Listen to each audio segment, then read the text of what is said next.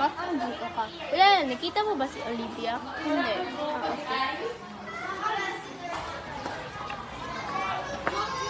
Olivia? Ano ba?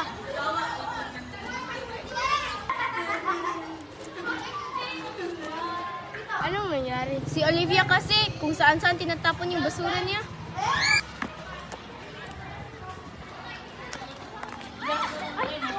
Olivia? At ang kalat naman dito. Oo nga, baka si Olivia ang may gawa niyan.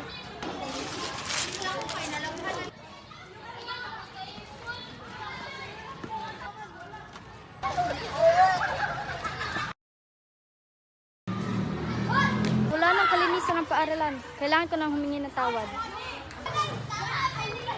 Patawad na sa mga ginawa ko. Okay lang yan. Ito, paglinis ka na para may naiambag ka. Mga bata, buti naglilinis kayo.